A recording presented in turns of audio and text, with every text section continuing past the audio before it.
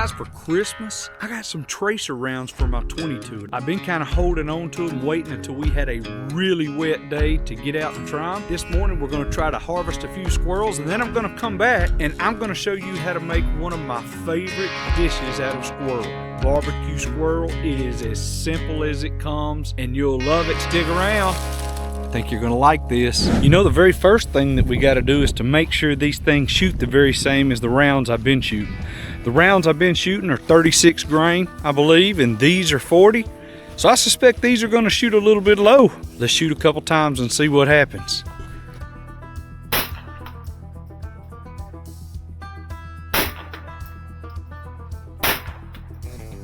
So that's what I was shooting at. These two shots may have killed a squirrel. I don't know about that one. I've never used this kind of ammunition before. I don't think I was wiggling that much. I think I was holding it pretty steady, but I don't know that I can sight it in any better than that. Man, we are tuned up and we are ready to give it a try. Hop on board and come along.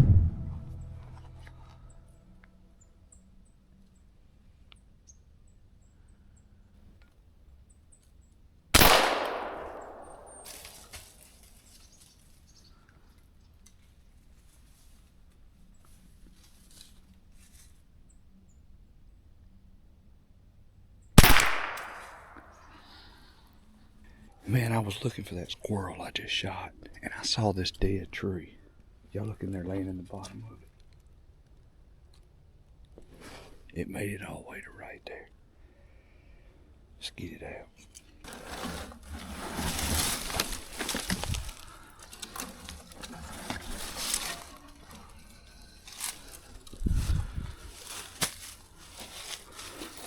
Well, that makes number one for the morning. Guys, the temperature here in Arkansas has drastically changed. Man, we went to church yesterday morning and it was like 72, 73 degrees. I woke up this morning in the 30s. Fortunately, the front has already moved through, so there's not a lot of wind this morning. I don't know how it's going to pick up a little bit later. But again, I'm in a new patch of woods. I have never hunted this before. One thing I am doing that I hope that you're able to see, I'm actually using tracer rounds in my 22 to see if we can see the shot on camera. All right, let's put this one in the pack and let's see he's on. It's the perfect time of morning to get on. After the shot, always take a moment to mark exactly where the squirrel was. Scanning through the canopy to see if there are any others around. Where there's one squirrel actively feeding, there's often another. The key is staying still and letting your eyes do the work. Look for a moment, a tail flick, anything out of place against the bark. Those are all signs that a squirrel has been here. I don't see it yet, but I bet he's here.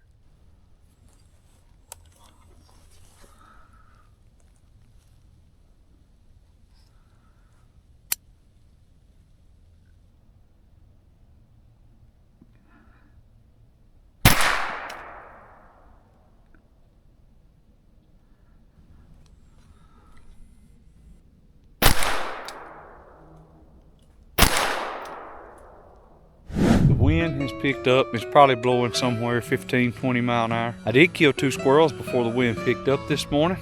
Let's take those 2 squirrels back. Let's get them clean and let's see if we can't get them cooked up. So 2 squirrels today.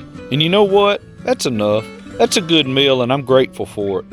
A lot of hunting content online shows limits every time. Perfect conditions, everything going right. But that's not real life. Real hunting means some days the wind picks up and the squirrels hunker down and you come home with 2 instead of 12. And that's still a win because I was out there, I worked for this, and at lunch I'm eating something I harvested myself with my own hands. Quality over quantity, always. All right guys, if you're interested in one of those, I'll put the link down at the bottom. This thing works pretty good. First thing I'm gonna do is put the oven on 350. Start preheating it. That's what we need to do first. The next thing we're gonna do is to get our squirrels quartered up.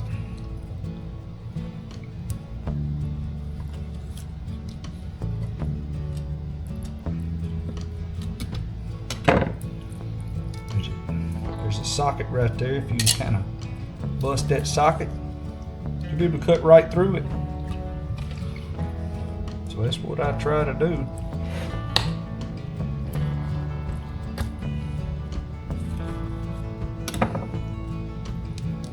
There it is. Right there.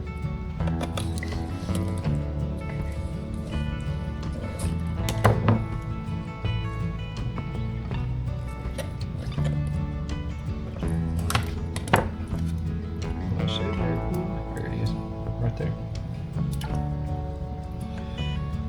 Next thing I'm gonna do is the quartering this squirrel up, so I'm gonna cut this flank like stuff off. I don't need it.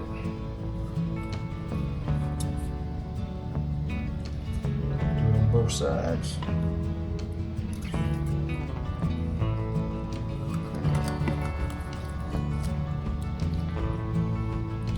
I don't know what kind of knife you guys use, but I've been using a fillet knife, and man, it's been working great. So I'll come up to this back rib right here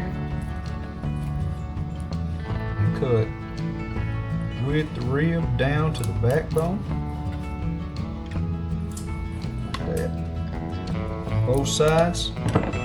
And then I take it like that and pop it. And then I'm able to cut right through the bone. And now you've got your back. Now you need the front two shoulders. If you harvest a deer, it's a whole lot like a deer. The front ones, pretty much you can pull right off like that.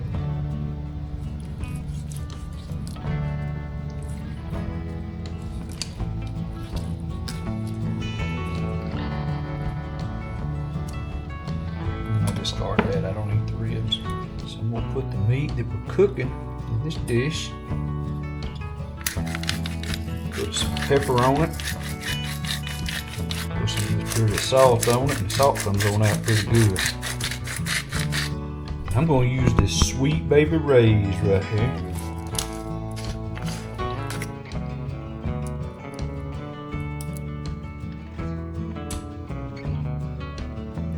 What I think I'll do is just kind of make sure it's on all of it there. And you will need a dish with a lid. If you don't have a lid, you can just put aluminum foil over it real tight. We're gonna slide it into the oven.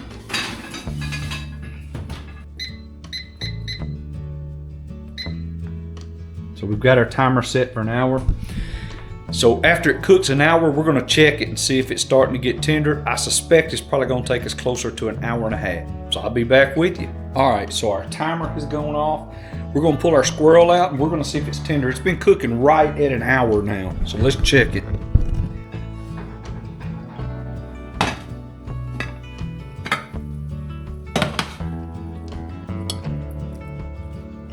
Let's give it another 15 minutes.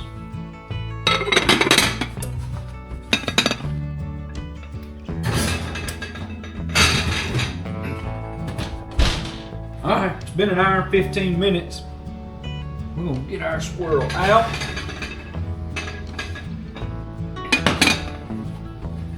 Man, it smells great.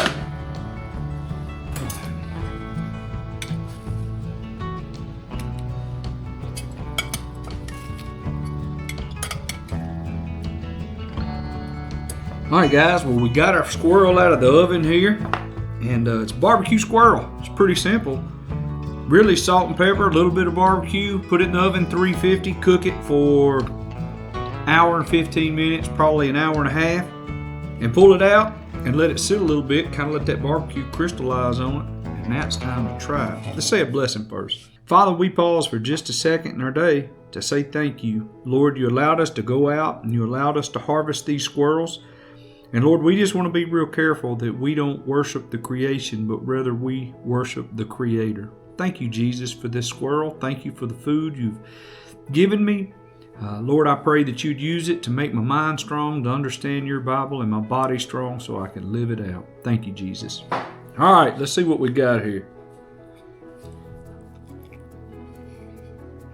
Guys, that's unreal. That is unreal tender. Literally falling off the bone. Look. Being out there today dealing with less than perfect conditions reminded me of something important. Sometimes in life and in our faith, we expect everything to be perfect. We expect every hunt to be a limit, every prayer to be answered the way we want, every day to go according as planned. But that's not how it works. And here's what I've learned. Jesus wants a personal relationship with you through the good days and the tough days. I think sometimes we get so used to letting other people tell us what to believe, our pastor, our parents, and our friends, and those voices matter. But you can't build a faith on someone else's relationship with God. You've got to open up the Bible yourself, pray yourself, learn to hear His voice yourself, especially when conditions aren't perfect. Jesus said in John 10:27, "My sheep hear my voice, and I know them, and they follow me. Not my sheep hear about my voice from others, hear my voice personally." So my challenge to you, spend some time with Jesus one-on-one. Learn to communicate with Him directly. Let Him guide your decisions, not just what everyone around you thinks is right. Build that personal relationship. 2 squirrels today, a good meal, time with God and His creation. That's a win in my book. Thanks for watching. If this helped or encouraged you, hit the subscribe button. God bless, and get out there.